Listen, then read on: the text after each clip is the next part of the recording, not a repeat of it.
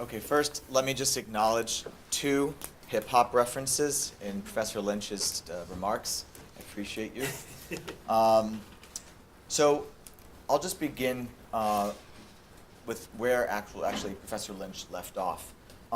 You are the Trump administration right now, and the decision that you decide to do, it's hypothetical, calm down. Everyone relax.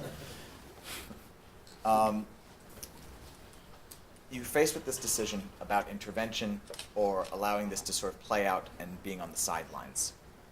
Could I receive a very short, succinct response so we can make sure we have time for questions from the audience about how you would advise the Trump administration? And it needs to be within about 30 seconds because that's as long as their attention span is. So we'll go in reverse order.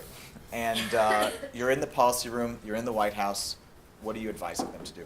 I'd give the same advice that I would have given the Obama administration, which is you should be de-escalating, rebuilding state capacity. Don't treat these wars as wars to be won. Treat them as problems to be solved, because that's the only way you're going to stop the humanitarian catastrophe, the flow of refugees and extremism and everything else. That trying to win these wars is actually a fool's game, but that means that's probably what we'll do. And the first step to doing that? Is getting all of our allies on board and knocking their heads together and getting them to knock it off, because they're the ones who are really doing most of the damage. I mean, I hold Turkey, Qatar, Saudi Arabia responsible for much of what happens in Syria, just as much as I hold Bashar al-Assad and Hezbollah and Iran responsible for what happened. This was a proxy war which was mobilized on both sides in 2012 to damaging effect. Same thing in Yemen. Stop the war. Stop trying to win through blockade and bombing, and instead move towards rebuilding the Yemeni state. Same thing in Libya.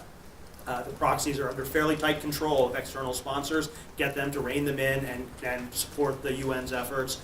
And finally, support the elections in Iraq and keeping Iraq together. Once you put, that's just putting a Band-Aid on it, but once you've got a Band-Aid on it, then you can start the actual healing process. But I think that escalation only makes these things worse, and the logic of it is such that you'll never actually be able to win them.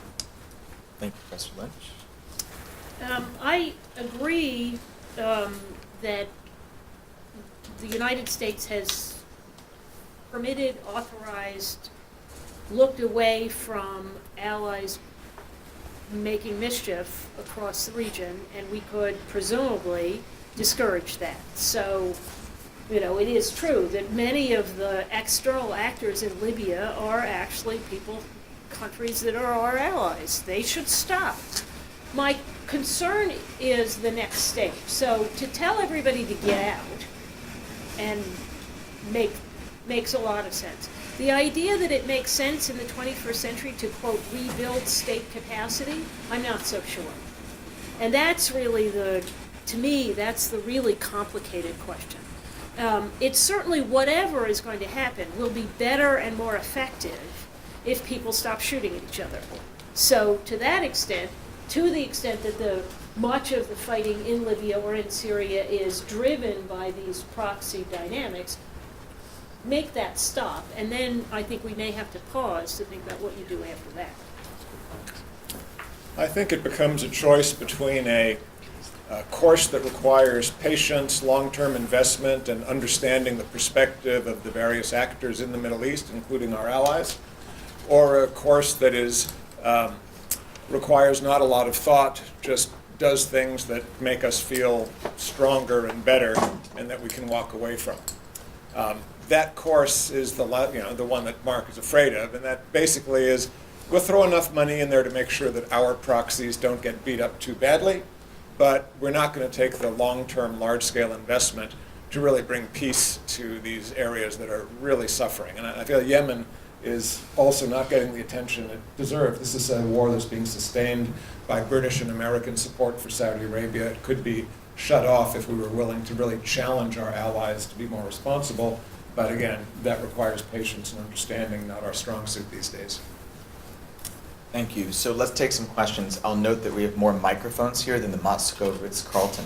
Okay. Can you please introduce yourself and then your question, and then we're going to take 3. So I have 1, 2, Mr. Cook, and 3, yeah? And we'll come back around if we have Hi, a and thank you so much, Nuda Ericat, George Mason University. My question is for Professor Anderson. Your theory focused on, or the answer to your question focused on the mandatory system as a mechanism of control, and I'm very compelled by it. And I wonder, so for example, would we see similar trends in the former German territories that are also put under that administration? But is it true elsewhere? Would that help to explain the disintegration of formal state administrative control, or are we seeing instead a different kind of trend? For example, hyper-nationalist backlash in the UK is evidenced by Brexit, or in the United States is evidenced by the ascendance of Trump. And what explains that contradiction? Thank you. Steve? Oh, we're doing it all with Stephen Cook from the Council on Foreign Relations. I have a question for Jack, but I had a comment for Mark in his last two things on U.S. policy. Stabilize the region, playing in these wars. What about the policy option of actually getting in? And it seems to me that there is a strong pull of retrenchment, even within this administration, and actually that began under Obama, which is we feed these proxy wars so we don't actually have to be there. So why would anybody want to go back? And if you go around, oh, I'm sorry, I need a microphone. What? First time ever. You know, if you speak about these issues, there's no one who wants to. Our investment was made in Iraq. No one wants to make investments. So that's equally troubling to just pull out and let these countries pursue their own interests as they see fit. So it seems to me that needs to be within your universe of analysis, because I think that's actually the tendency of the president.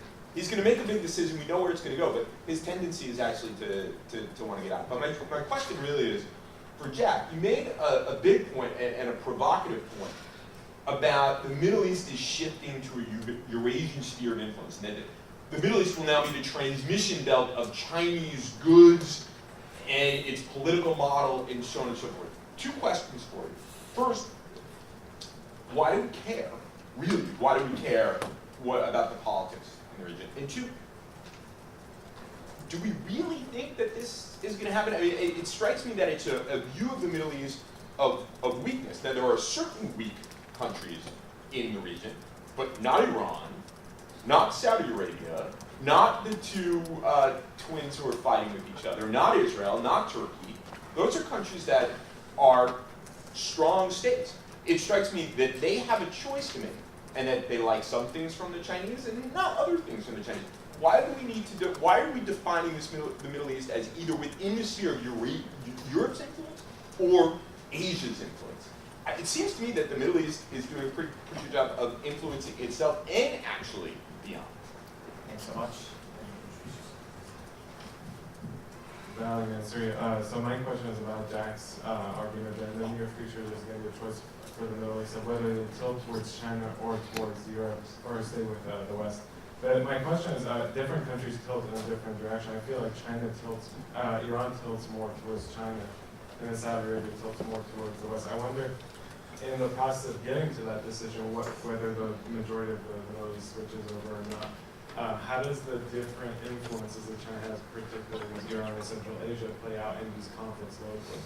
And the second comment, building on what you said, I actually don't think all states are getting weaker. I think the nation-state model is dissipating, but the states, some are stronger. Iran has the better capability of penetrating its population, so does Turkey, but other states are finding other state-like entities like Hezbollah penetrating their territory. So that was just a comment I wanted to make. Thanks. You want to go first? Lisa, do you want to go first? If I understand your question, I think part of the reason why I think the region is showing us our future, if you will, is because the erosion of the welfare state is taking place globally, but it is happening early in this region because that welfare state was so weak in the first place. But globalization is tying the hands of governments all over the world. They are not as accountable as they were. Inequality is growing. We know all of these trends, and they are having some of the consequences of neglect effects everywhere. So you see the consequences of neglect in this region in really dramatic form. But there's nothing, it seems to me, to suggest that that couldn't happen in other parts of the world. These are great questions. They get to a disagreement between myself and Professor Anderson. I don't think the state model is breaking down, but I think they're different state models and they're competing with each other. In the Middle East, we have a number of states that are just fragmented, collapsed, no doubt, right? The ones that are in ongoing civil war that are trying to recover state capacity. Surprising to me that Egypt has lost control of large portions of Sinai. Did not expect that kind of thing to happen, but there are breaks. Other states, though, as Mark said, are getting fiercer. So Turkey is getting fiercer. Egypt internally is getting fiercer. Saudi Arabia is trying to change things in its broader region, although it's struggling even to make its will felt in Yemen. But it's not the case that all states are all breaking down. It's rather the case that there's a complex variety of factors, including the proxy wars, that are undermining some states while other states are seeking benefit from it. And I think I nest that in a view of globalization. It's not the case that globalization is weakening the nation state and leading to non-state competitors. I think Richard oversold that. Rather, globalization is a process that is driven by actors seeking to benefit from it. It's not a kind of automatic, impartial, technological, wow, it's something coming from the heavens. Globalization was created in the first instance by pre-European integration of Eurasian trade in the Indian Ocean basin. Then Europe reshaped globalization to benefit European nations through their effort of expansion and imperialism. And now China is trying to reshape. I will say in the media, kind of post-Cold War, there was a US vision that globalization would be an open playing field, free markets, rule-driven system in which talented elite players of the cosmopolitan elite could generate great profits from the global system, some of which they hoped would trickle down to ordinary people. But in fact, even the Western view of globalization was a game that delivered huge benefits to those who played well at the international level and left behind those who were kind of bound to local economies. But that was the US vision. Now China has a different vision of globalization. China's vision is one that integrates Eurasia, and Eurasia serves as an investment and consumer domain for Chinese goods, and increasingly an area that reinforces the Chinese vision of a state in which the government is not bound by human rights, is not bound by citizen sovereignty, but rather the state takes the responsibility for trying to build a better harmonious life for its people. And it's using its notion of Eurasian expansion and the shaping of globalization to offer what they call the Chinese solution to the world's problems. It's a very different solution than the United States has offered. So the reason I say we should care about what happens in the Middle East is we should care about what happens to globalization, because the pattern of globalization will have a big impact on the rules by which all of us, our corporations, our institutions, our universities will have to play in dealing with the world of 7 to 10 billion people.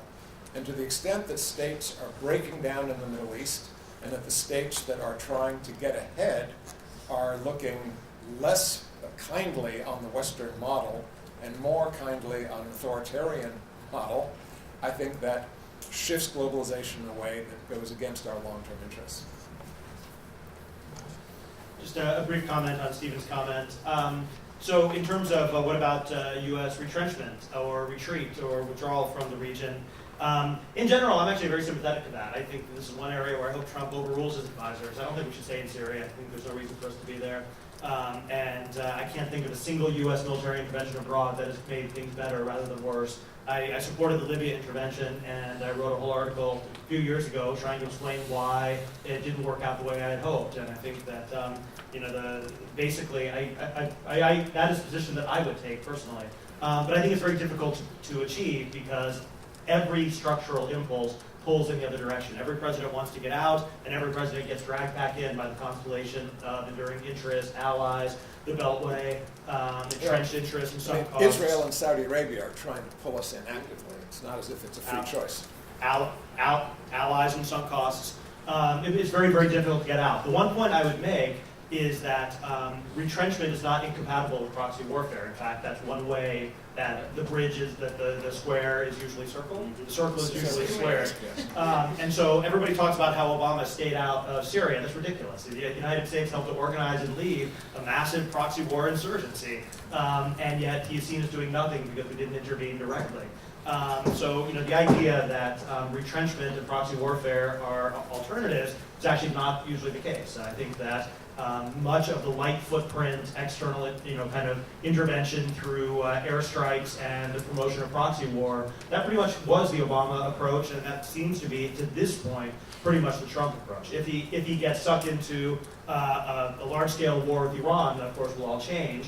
But on current trajectory, his instincts on Syria seem to be exactly the same as Obama's instincts on Syria and on those interventions in general. So I guess that's how I would see that. Thank you, Can I President. just say that fierce is not strong? Yeah. Fair enough. With that, please join me in thanking our panel.